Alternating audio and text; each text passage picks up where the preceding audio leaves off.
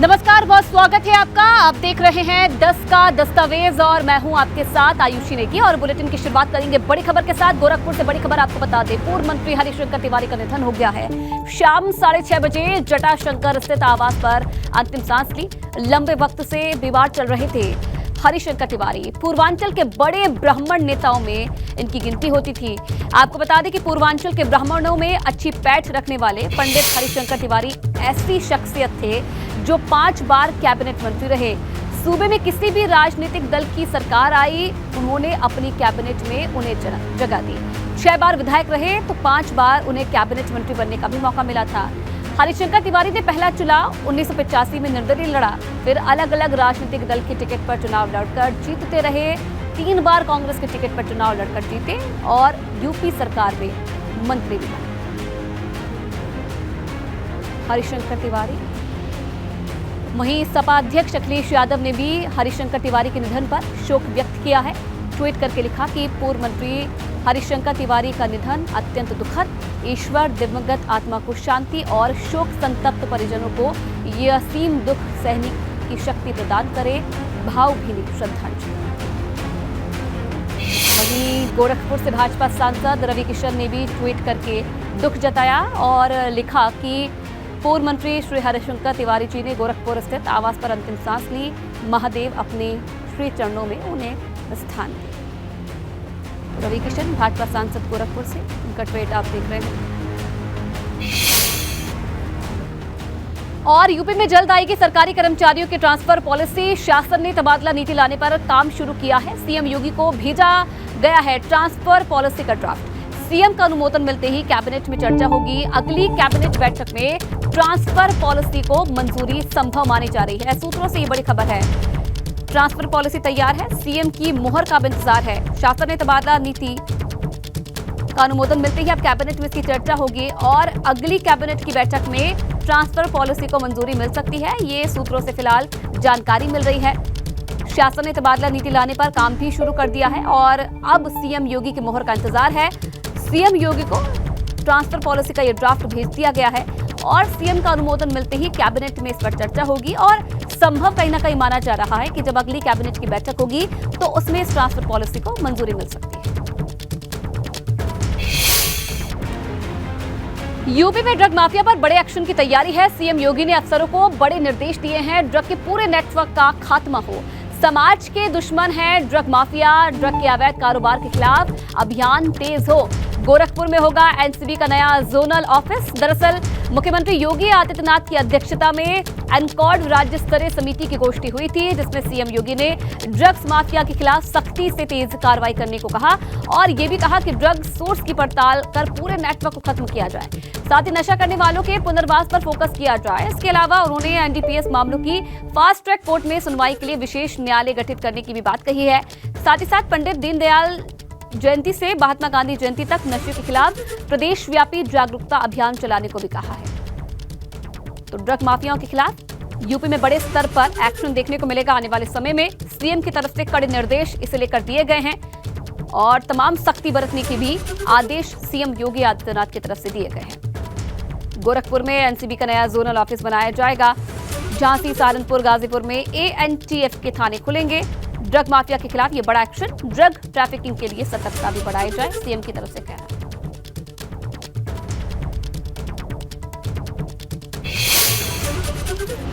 अब फतेहपुर में तेज रफ्तार के कहर की। यहां जहानाबाद इलाके में दर्दनाक सड़क हादसा हो गया। तेज रफ्तार कैंटर ने ऑटो को जबरदस्त टक्कर मारी और हादसे में 9 लोगों की मौत हो गई है, जबकि 2 बच्चों की हालत गंभीर बताई जा रही है, जिन्हें अस्पताल में भर्ती कराया है। हादसे के बाद जहां टैंकर चालक फरार हो गया, वहीं पुलिस ने आगे की कार्रवाई भी शुरू कर दी है।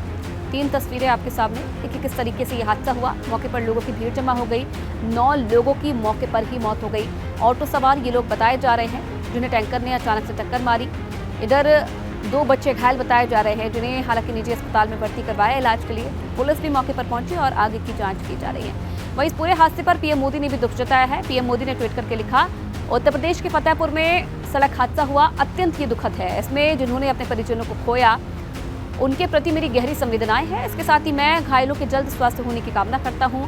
राज्य सरकार की निगरानी में स्थानीय प्रशासन पीड़ितों की पूरी मदद में जुटा है। पीएम मोदी का ये ट्वीट और सीएम योगी आदित्यनाथ ने भी ट्वीट किया है, शोक व्यक्त किया है पूरे हादसे पर। लिखा कि जनपद फतेहपुर में सड़क दुर्घटना में जनहानि हुई, अत्यंत दुखद है ये। मेरी संवेदनाएं शोक संतप्त परिजनों के साथ है। जिला प्रशासन के अधिकारियों को घायलों के समुचित उपचार हेतु निर्देश दिए हैं। प्रभु श्री राम से प्रार्थना है कि दिवंगत आत्माओं को अपने श्री चरणों में स्थान और घायलों को शीघ्र स्वास्थ्य लाभ प्रदान करें।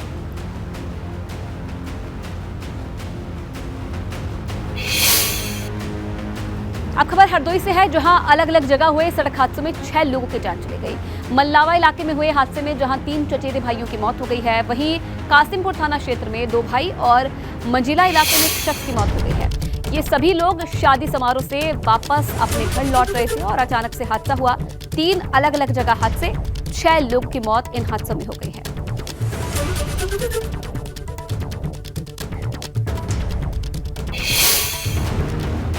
अब राजधानी लखनऊ से बड़ी खबर है, स्वास्थ्य विभाग में गड़बड़ी पर बड़ी कार्रवाई हुई है। डिप्टी सीएम ब्रजेश पाठक के निर्देश पर 2 डॉक्टरों पर गाज गिरी है। दस्तावेजों से छेड़छाड़ के आरोप में एक डॉक्टर को निलंबित किया है। जांच के बाद स्वास्थ्य महानिदेशालय में तैनात संयुक्त निदेशक डॉक्टर देवेश कुमार सिंह को निलंबित कर दिया है। डॉक्टर देवेश सिंह को सहारनपुर मंडलीय अपर निदेशक कार्यालय से संबंधित करने के आदेश। संयुक्त निदेशक डॉक्टर देवेश कुमार सिंह पर आरोप है कि सेवा अभिलेखों में भ्रामक प्रविष्टि दर्ज की है। शासन द्वारा निर्गत आदेशों की अवहेलना भी की गई है। लगातार बिना सूचना के अनुपस्थित ये चल रहे थे। डिप्टी सीएम ब्रजेश पाठक ने स्वास्थ्य विभाग के प्रमुख सचिव को मामलों की जांच कराने के आदेश दिए हैं। जांच रिपोर्ट के आधार पर डिप्टी सीएम ने डॉक्टर देवेश को तत्काल प्रभाव से निलंबित करने के निर्देश दिए हैं। वहीं औरैया के अपर मुख्य चिकित्सा अधिकारी डॉक्टर आर.के. सैनी पर विभाग की छवि धूमिल करने के गंभीर आरोप लगे हैं। वित्तीय अनियमितताएं किए जाने और खराब कार्यशैली के भी आरोप। जांच के बाद डॉक्टर सैनी को भी निलंबित कर दिया है।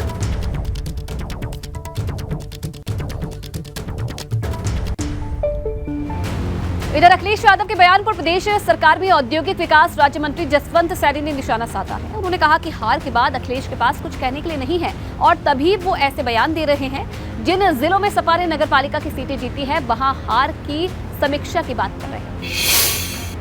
हमारे साथ बात करने के लिए उत्तर प्रदेश सरकार में औद्योगिक विकास राज्य मंत्री जसवंत सैनी जी हैं, उनसे जानेंगे। जसवंत जी, आप लोगों ने तो नगर निगम की 17 सीटें जीत ली, लेकिन अखिलेश यादव कह रहे हैं ये नकली जीत है, सरकारी मशीनरी के दुरुपयोग से जीत है। ये जनता ने भरपूर आशीर्वाद भारतीय जनता पार्टी को दिया। उत्तर प्रदेश के अंदर पूज्य योगी आदित्यनाथ जी महाराज की जो सरकार है, बिल्कुल विकास के रास्ते पर, कानून व्यवस्था के मोर्चे पर हर जगह सफलतम कार्य किया है। उसी का परिणाम है, जनता ने भरपूर आशीर्वाद दिया, जनता की जीत है। अखिलेश यादव कह रहे नकली जीत है। अब वो जीतते थे तब भी नकली जीत होगी। जनता ने पहले कह रहे थे अधिकारियों की मदद से जीते, अब कह रहे नकली जीत। अब ऐसा ना खिसियानी बल्ली खंबा नोचे, वही स्थिति आज उनकी है। आज वो हार गए तो हार को स्वीकार करना चाहिए।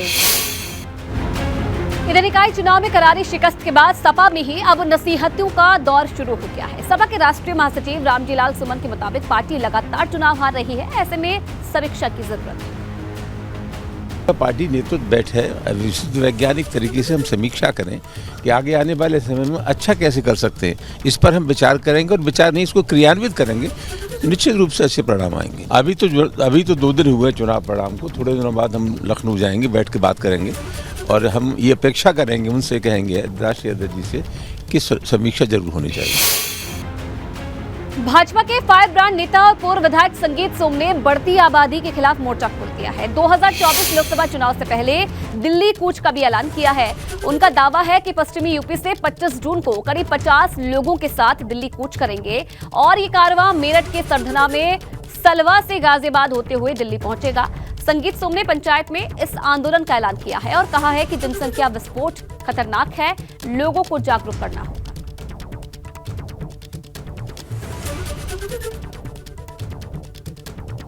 तो 25 जून को दिल्ली कूच करेंगे संगीत सोम, बड़ी तैयारी। जनसंख्या विस्फोट पर यह महा तैयारी संगीत सोम की। उनका कहना है कि जनसंख्या को लेकर लोगों को, जनता को जागरूक करना काफी जरूरी है। 25 जून को मेरठ से दिल्ली जाने के लिए रवाना होंगे। 50,000 लोगों की रैली में शामिल होने के भी दावा किया गया। देश की बढ़ती हुई जनसंख्या एक बहुत बड़ा विस्फोट होता जा रहा है, उसी के जन जागरण का एक अभियान हमने चलाया है और ये एक रैली हम निकालेंगे और यहाँ से गाजियाबाद तक जाएंगे। उसमें 50,000 लोगों का हमने टारगेट रखा है और मुझे लगता है कि 50 से ज़्यादा होंगे। ये 25 जून की रैली फाइनल हुई है। सलावा जो हमारे यशस्वी प्रधानमंत्री जी ने जहाँ यूनिवर्सिटी की नींव रखी थी, वहाँ से हम इसे शुरू करेंगे और गाजियाबाद तक लेकर जाएंगे। वहीं निकाय चुनाव में सपा की हार पर सपा सांसद एसटी हसन ने बड़ा बयान दिया है। उन्होंने कहा है कि भाजपा ने साजिश के तहत मुस्लिमों को बांट दिया था, जिसका फायदा भाजपा को मिला है। और साथ ही उन्होंने ये भी कहा कि मुस्लिमों को पता है कि उनके साथ सपा ने इंसाफ किया है। एसटी हसन ने कहा कि 2024 में मुस्लिम फिर सपा के साथ आ जाएगा। निकाय चुनाव में भाजपा ने मुस्लिमों को भ्रमित कर दिया। उन्होंने कहा कि मुस्लिम आज भी अखिलेश यादव से उम्मीद रखते हैं। मुस्लिमों को पता है कि उनकी लड़ाई सिर्फ अखिलेश यादव की लड़ते हैं और आगे भी लड़ेंगे।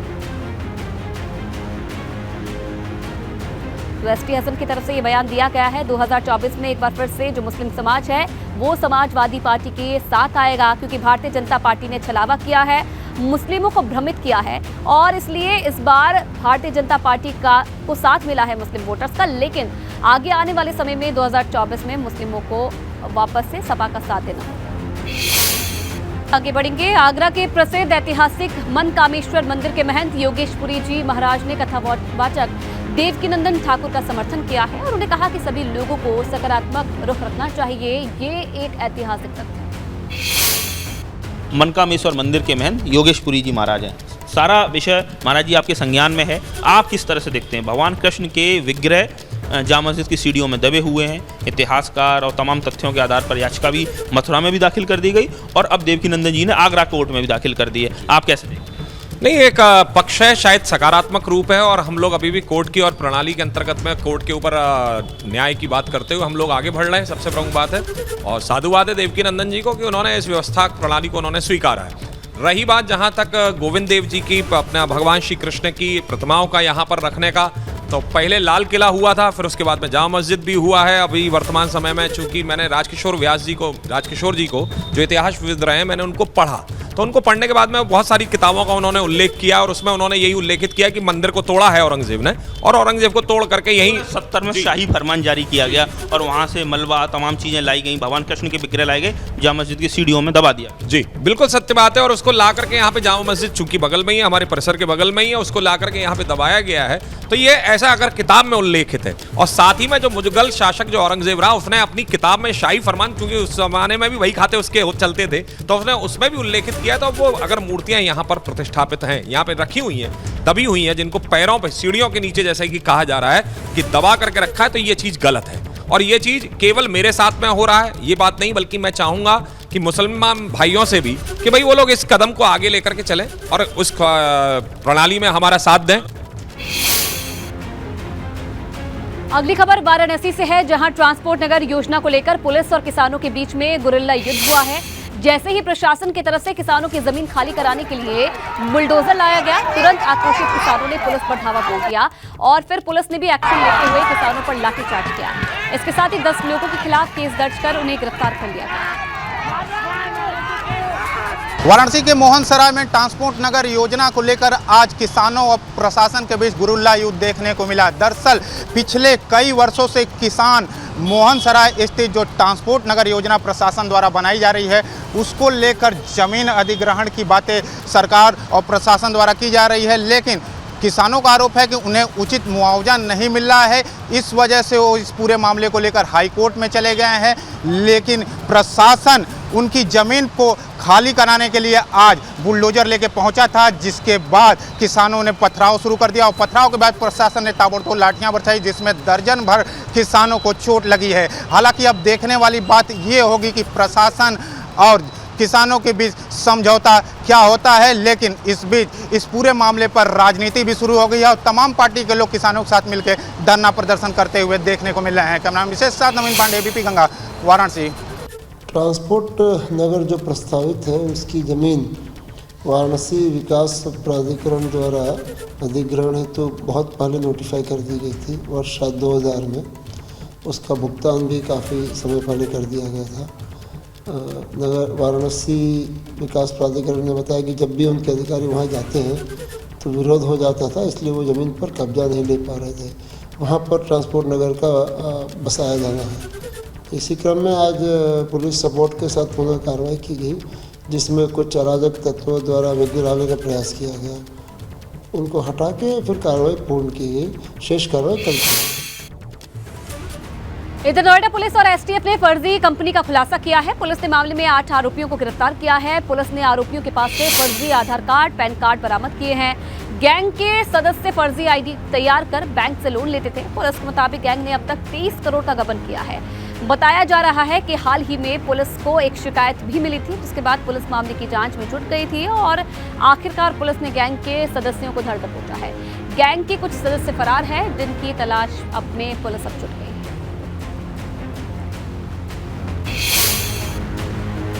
अगली खबर ग्रेटर नोएडा से है, जहां सरकारी स्कूल में बच्चे के खेलते वक्त अचानक से मौत हो गई। डॉक्टरों के मुताबिक बच्चे को कार्डियक अटैक आया था। फिलहाल पुलिस ने छात्र के शव को पोस्टमार्टम के लिए भेज दिया है।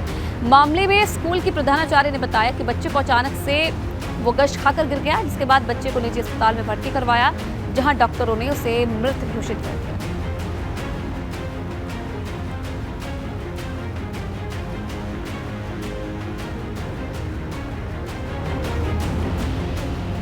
खेलते खेलते अचानक से बच्चे की मौत हो गई। स्कूल में बच्चा खेल रहा था और तभी अचानक से बेहोश हो गया। जब स्कूल के लोग बच्चे को हॉस्पिटल लेकर पहुंचे तो डॉक्टरों ने उसे मृत घोषित कर दिया। डॉक्टरों का कहना है कि कार्डियक अटैक की वजह से बच्चे की मौत हुई है। ग्रेटर नोएडा का ये पूरा मामला है। सरकारी स्कूल में अचानक से खेलते हुए ये बच्चा गिरा। बच्चे को कार्डियक अटैक आया था, डॉक्टरों का ये कहना है, जिसकी वजह से उसकी मौत हो गई है। परिजनों में शोक की लहर। ग्रेटर नोएडा का ये पूरा मामले में स्कूल के प्रधानाचार्य ने बताया कि अचानक से बच्चा खेलते खेलते गश्त खाकर गिर गया। उसके बाद बचाने की कोशिश भी की गई। बच्चे को अस्पताल लेकर गए, लेकिन वहां डॉक्टरों ने उसे मृत घोषित किया।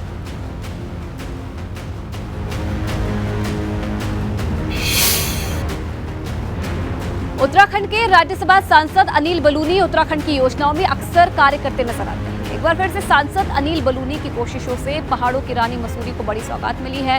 मसूरी में पेयजल दिक्कत को देखते हुए कैबिनेट मंत्री और मसूरी विधायक गणेश जोशी ने सांसद अनिल बलूनी से पेयजल के लिए बड़ी योजना का सहयोग मांगा। सांसद अनिल बलूनी के प्रयास से अब केंद्र की यमुना मसूरी लिफ्ट पेयजल योजना की सफल शुरुआत हो चुकी है। वो राज्यसभा के सांसद बने तो मैं उनका एक अभिनंदन कार्यक्रम मसूरी में रखा और मैंने उनसे मांग की कि बलूनी जी आप हम पर एक कृपा कीजिएगा, मसूरी पर कृपा कीजिएगा, क्योंकि वो डायरेक्ट पीएम से उनका संबंध है। और उन्हें 15 दिन के अंदर इस योजना को स्वीकृत कराकर उसका 10 करोड़ रुपया टोकन मनी तुरंत दे दिया था। बाकी पैसा वहाँ से बाद में आया और आज 144 करोड़ की वो योजना पूरी हो गई है। उसकी टेस्टिंग हो गई है, मसूरी में पानी पहुँच गया है और आने वाले कुछ दिनों के अंदर उसकी सप्लाई भी शुरू हो जाएगी। शीघ्र ही माननीय मुख्यमंत्री जी, माननीय बलूनी जी के कर कमलों द्वारा हम उसका लोकार्पण कराएंगे और आने वाले 30-35 साल तक मसूरी की पेयजल की समस्या का समाधान हो जाएगा। देखिए, मेरे लिए आज व्यक्तिगत तौर पर बहुत ही आत्मसंतोष का दिन है कि मसूरी में पेयजल का पानी पहुंच गया है। और इस योजना के लिए, जो मसूरी पेयजल योजना है, इसके लिए बहुत लंबे समय से प्रयास किया जा रहा था। बहुत लंबे समय से इसके लिए भारत सरकार से, माननीय प्रधानमंत्री जी के कार्यालय से आग्रह किया गया था और आज ये पानी वहाँ पहुँचा है। इसके लिए मसूरी के तमाम लोगों को बहुत बहुत अभिनंदन है, उनको बधाई है। ये पेयजल योजना बहुत तेज़ी के साथ पूरी हुई। तमाम हमारे उत्तराखंड सरकार के जो पेयजल से जुड़े कर्मचारी और अधिकारी हैं, उनका प्रयास रहा। माननीय मुख्यमंत्री जी का बहुत बहुत आभार है कि उन्होंने व्यक्तिगत तौर पे इस योजना के लिए प्रयास किया और इस योजना को उन्होंने पूर्ण होने के लिए उनका बहुत बड़ा सहयोग रहा। और इसी खबर के साथ फिलहाल इस बुलेटिन में इतना ही।